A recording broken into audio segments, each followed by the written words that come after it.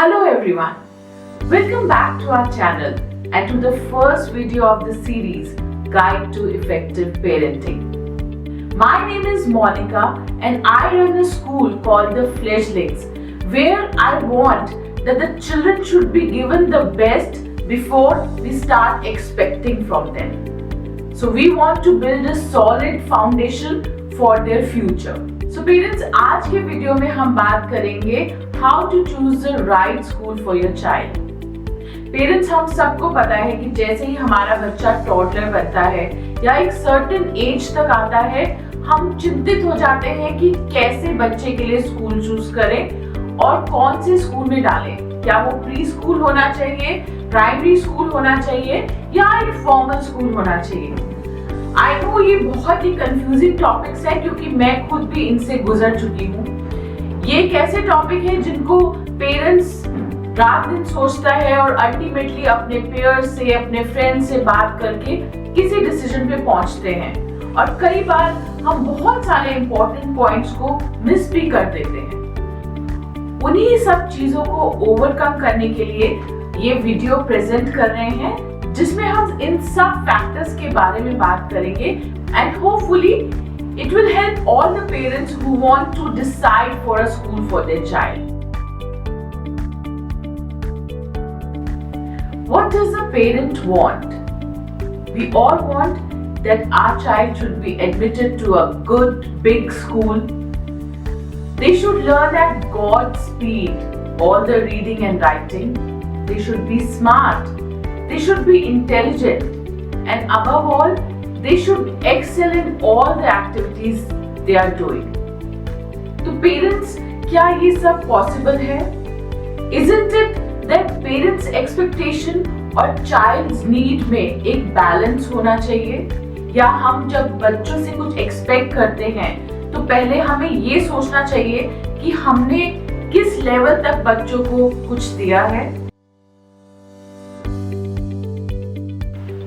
So the most important factor according to me is whether the school is following a particular methodology or not.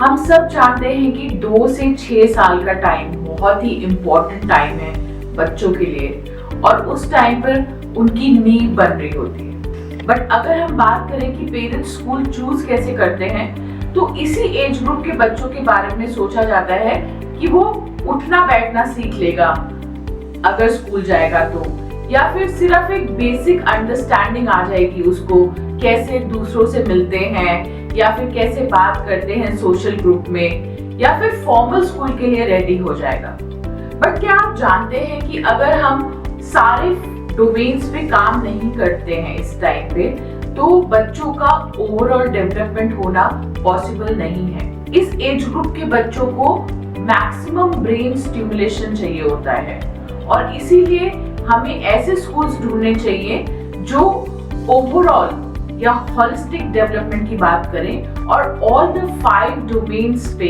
काम करें. इसी topic पर मेरी एक series है ऑन डेवलपमेंटल डोमेन्स. आप अगर उसको देखेंगे तो आपको और आइडियाज आ जाएंगे कि हम किन डोमेन्स की बात कर रहे हैं और कैसे वो अर्ली ईयर्स में हेल्पफुल होते हैं.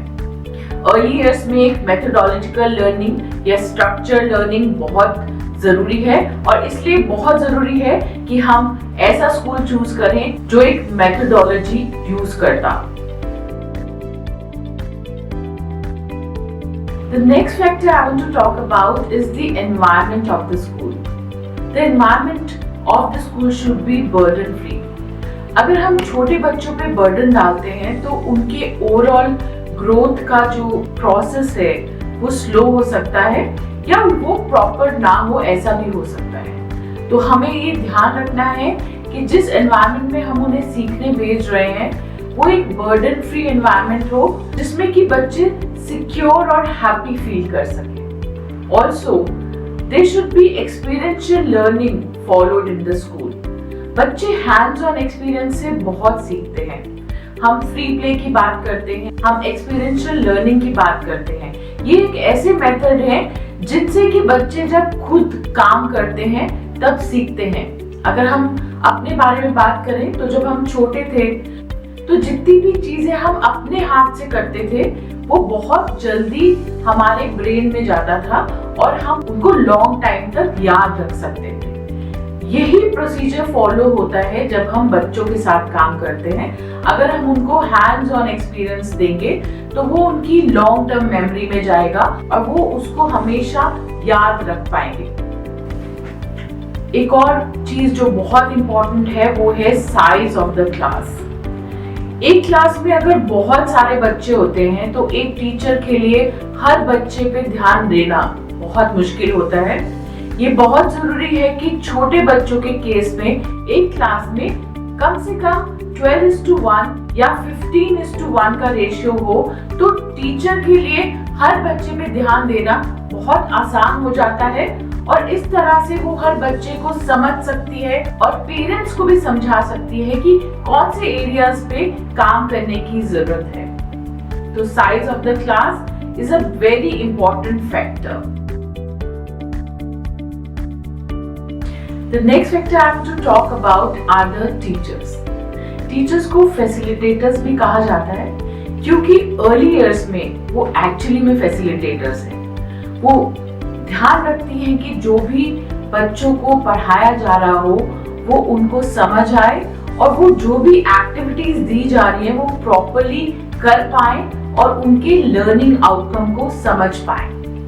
टीचर्स एक बहुत ही इम्पोर्टेंट फैक्टर है for the children in early years, because अगर टीचर्स बच्चों को नहीं समझ पाएंगे तो वो उस ढंग से काम नहीं कर पाएंगे। अर्ली ईयर्स में बच्चों के साथ काम करना बहुत ही ट्रिकी होता है, तो जो भी टीचर्स हैं वो बहुत ही पेशेंस वाले हों और वो बच्चों की टेम्परामेंट, बिहेवियर और उनके रिएक्शंस को समझ सके, तभी वो अच्छे तरीके से बच्चों को गाइड कर सकते हैं, फैसिलिटेट कर सकते हैं और इंस्पायर कर सकते हैं। टीचर्स का ट्रेन होना बहुत जरूरी है क्योंकि अर्ली इयर्स एजुकेशन में बहुत सारी ऐसी चीजें होती हैं जो हम प्राइमरी स्कूल से डिफरेंशिएट भी कर सकते हैं। अर्ली इयर्स में टीचर्स को बहुत ही डिफरेंट तरीके से बिहेव भी करना पड़ता है बच्चों के साथ, क्योंकि बच्चे बहुत सारी चीजें नहीं समझ पाते। तो as a mentor and as a facilitator myself, I would want that all the teachers should be trained in a school and should know how to work with small children. और यही एक बहुत ही important factor है when you are choosing a school for your child. The next thing I would like to talk about is how the school can actually empower the parents. There are so many things or queries which the parents have in day-to-day life while dealing with their child.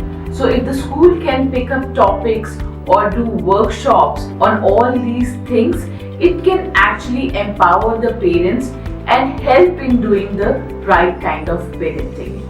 Parents, जैसे हम एक घर बनाते हुए उसकी नींव पे खास ध्यान देते हैं, ऐसे ही हमें अपने बच्चों के बड़े होते हुए उनकी फाउंडेशन पे बहुत ही खास ध्यान देने की जरूरत है। और इसीलिए ये बहुत जरूरी है कि हम एक ऐसा स्कूल चूज करें जिसमें कि फाउंडेशन पे एक्स्ट्रा ध्यान दिया जाता हो। आई होप कि हमने जितने भी टॉपिक्स आज कवर करे हैं आपको हेल्पफुल होंगे और आप अपनी क्वेरीज या क्वेश्चंस लेके आएंगे अगर आपको कुछ भी हमसे जानना हो या पूछना हो। अपने क्वेश्चंस और क्वेरीज आप नीचे कमेंट सेक्शन में भी दे सकते हैं और अगर आप हमारे चैनल को सब्सक्राइब करते हैं तो आपको रेगुलर नोटिफिकेशन भी जाते रहेंगे, जिससे हमारे ऐसे ही वीडियोस को आप एंजॉय कर सकते हैं। आई होप हमारे ये वीडियोस आपके लिए काफी हेल्पफुल रहेंगे और इसी थॉट के साथ आज का वीडियो हम एंड करते हैं। Please like, share and subscribe to our channel and keep coming back for more such videos. Thank you.